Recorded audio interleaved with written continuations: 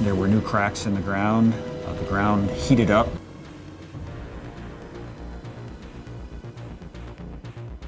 The Mount of Olives has stood beside Jerusalem for thousands of years, carrying memories of prophecy, sorrow, prayer, and hope. Now, reports of widening cracks along its eastern slope are raising an unsettling question. Is this only the movement of ancient rock, or could it be connected to Zechariah 14:4 and the promised return of Jesus Christ? From the sealed eastern gate to the graves facing Jerusalem, every detail seems to pull history, faith, and expectation toward the same mountain. In this video, we will examine the cracks, fault lines, biblical history, and warnings surrounding this sacred place. Like, share, and comment with your thoughts, and stay until the end as we ask what these signs may truly mean today. To understand why this ancient location continues to command the attention of the entire world, we must look beyond the stones and landscapes. We must return to its history, examine the scriptures connected to it, and consider the different beliefs that have surrounded it for thousands of years. The Mount of Olives is not merely a hillside rising east of Jerusalem. In the Bible, it stands at the meeting point of prophecy, suffering, prayer, judgment, and divine promise. Few places on earth have witnessed so many defining moments in biblical history. It was upon this mountain that King David climbed barefoot, weeping and overwhelmed with grief, as he fled Jerusalem during the rebellion of his own son, Absalom. 2 Samuel chapter 15 verse 30 records that David covered his head and wept as he ascended the mountain, while those who followed him mourned as well. From that moment, the Mount of Olives became a powerful symbol of hardship, endurance, betrayal, and faith in God during the darkest hours. But centuries later, the prophet Zechariah gave this same mountain an even more astonishing role. In Zechariah chapter 14 verse 4, he declared that the feet of the Lord would stand upon the Mount of Olives, east of Jerusalem, and that the mountain itself would split in two. It remains one of the most widely recognized and intensely discussed end-times prophecies in all of Scripture. Then, in the New Testament, the Mount of Olives once again became the setting for events that would shape Christian belief forever. It was from this mountain that Jesus delivered his famous teaching about the signs of the last days, recorded in Matthew chapter 24. Looking toward Jerusalem, he warned his disciples about deception, conflict, persecution, earthquakes, and the events that would precede his return. At the foot of the mountain lies the Garden of Gethsemane. There, Jesus prayed during the final hours before his arrest. His anguish was so overwhelming that Luke chapter 22 verse 44 describes his sweat falling to the ground like drops of blood. But the mountain story did not end in sorrow. After his resurrection, Jesus led his disciples back toward the Mount of Olives. From there, he ascended into heaven. Acts chapter 1 verses 11 to 12 records that angels appeared and told his followers that the same Jesus who had been taken from them would return in the same way they had seen him leave. For Christians, the Mount of Olives is therefore more than a biblical location. It is a bridge connecting the Old Testament and the New Testament, a place where human suffering meets divine purpose, and where grief gives way to the promise of redemption. Yet the significance of this mountain extends far beyond Christianity. In Jewish tradition, the Mount of Olives contains one of the oldest and most sacred burial grounds in the world. More than 150,000 graves are believed to cover its slopes. For generations, many have desired to be buried there because of the belief that when the Messiah comes, the resurrection of the dead will begin from this mountain.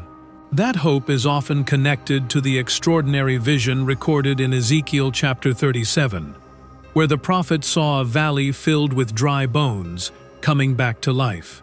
The mountain also holds importance within Islamic tradition, where it has been associated with the Day of Judgment and the moment when humanity will stand before its eternal destiny. Three major faiths.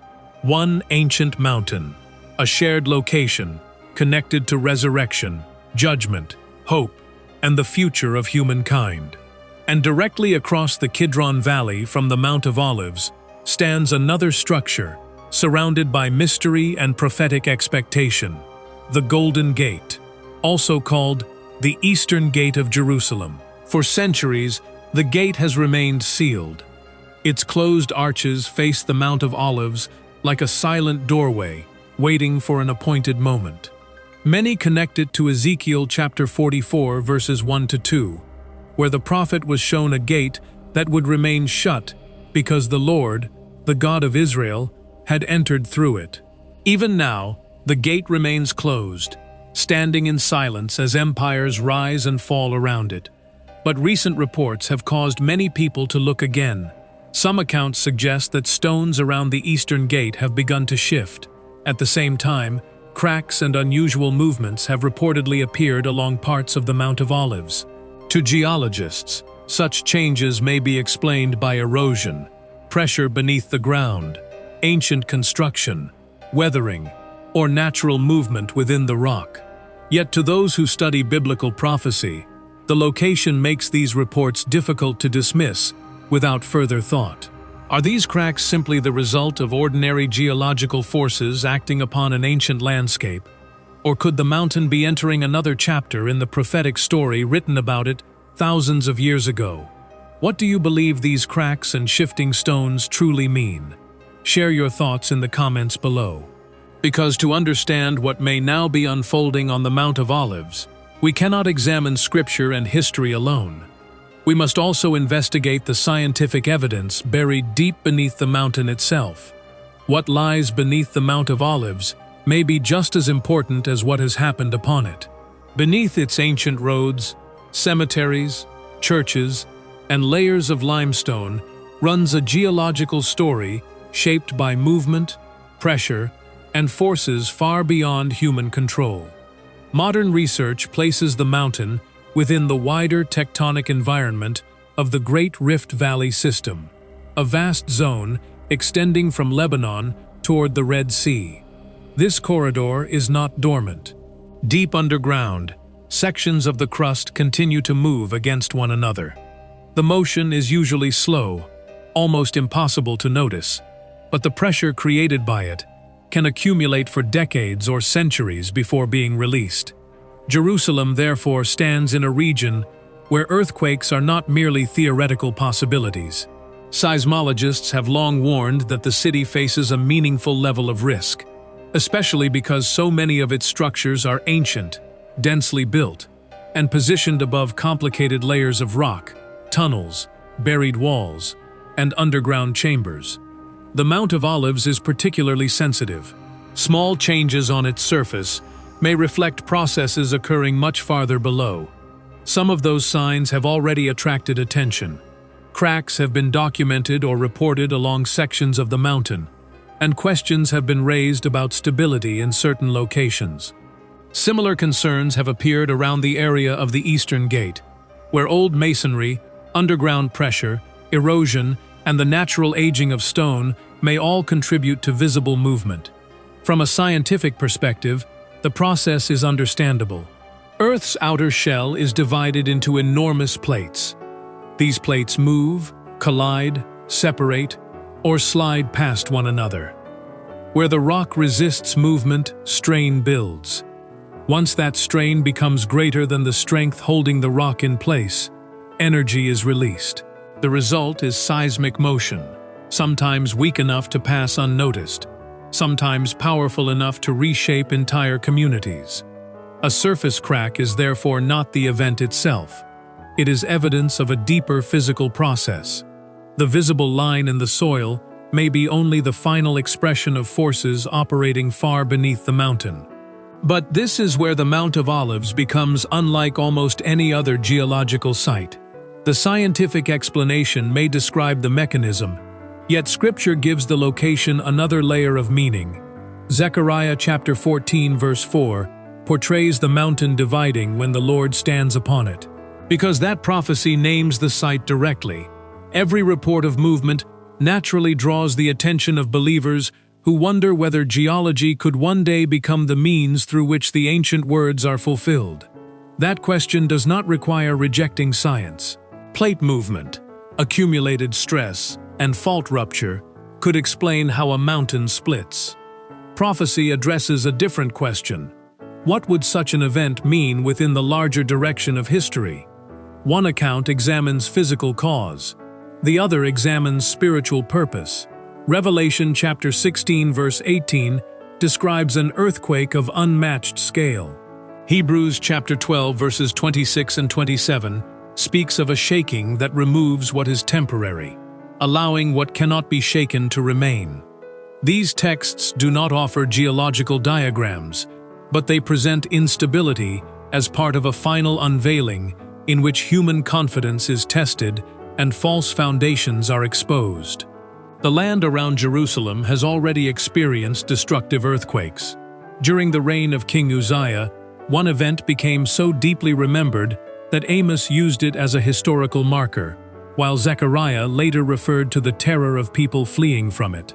Archaeologists have uncovered evidence consistent with major seismic destruction, including collapsed masonry, displaced foundations, and layers of damage at sites dating to the first millennium before Christ. Later earthquakes also left their imprint. Historical records describe serious events in 31 BC, 363 AD, and 749 AD. Buildings were damaged, settlements disrupted, and lives altered. This history makes future risk impossible to dismiss.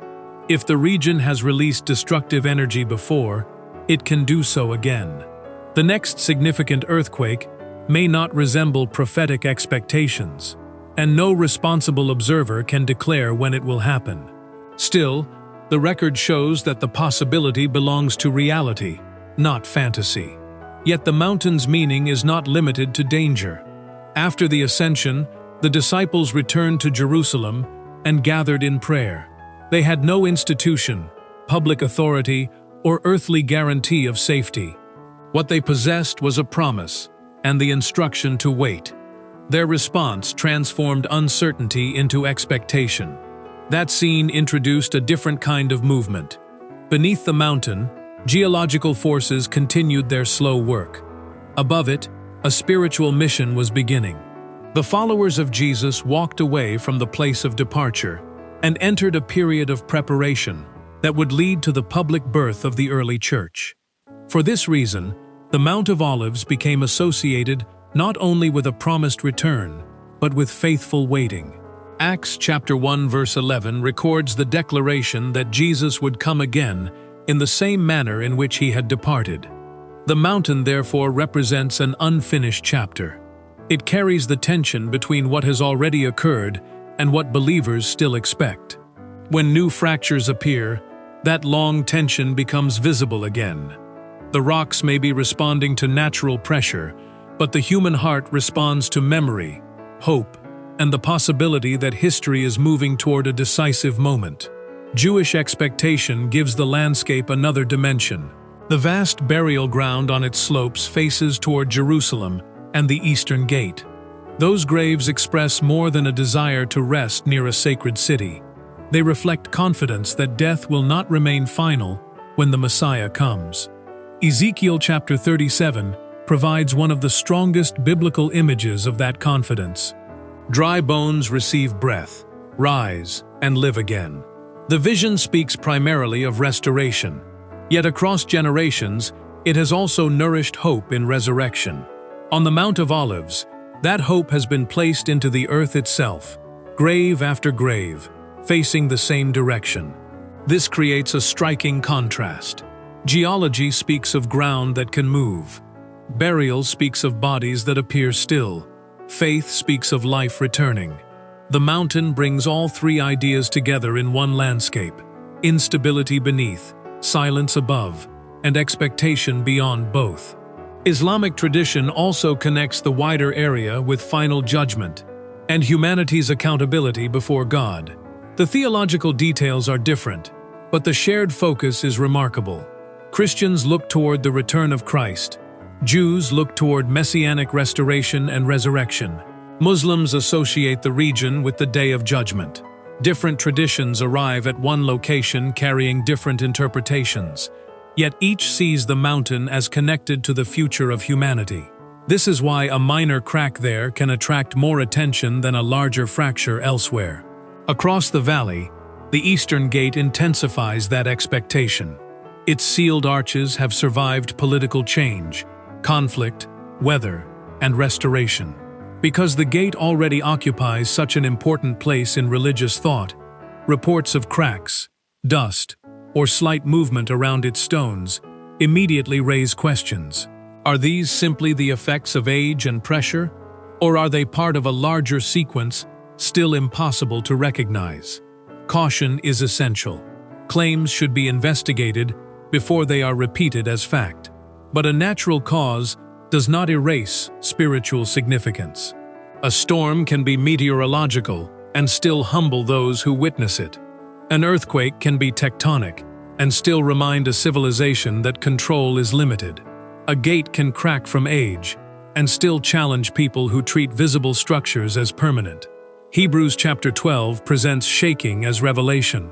It does not merely destroy, it distinguishes. What is temporary becomes visible as temporary. What is weak can no longer hide behind appearance. What is eternal becomes clearer because everything else is moved out of place. History offers countless examples. Empires once believed to be invincible disappeared. Powerful rulers became names in books.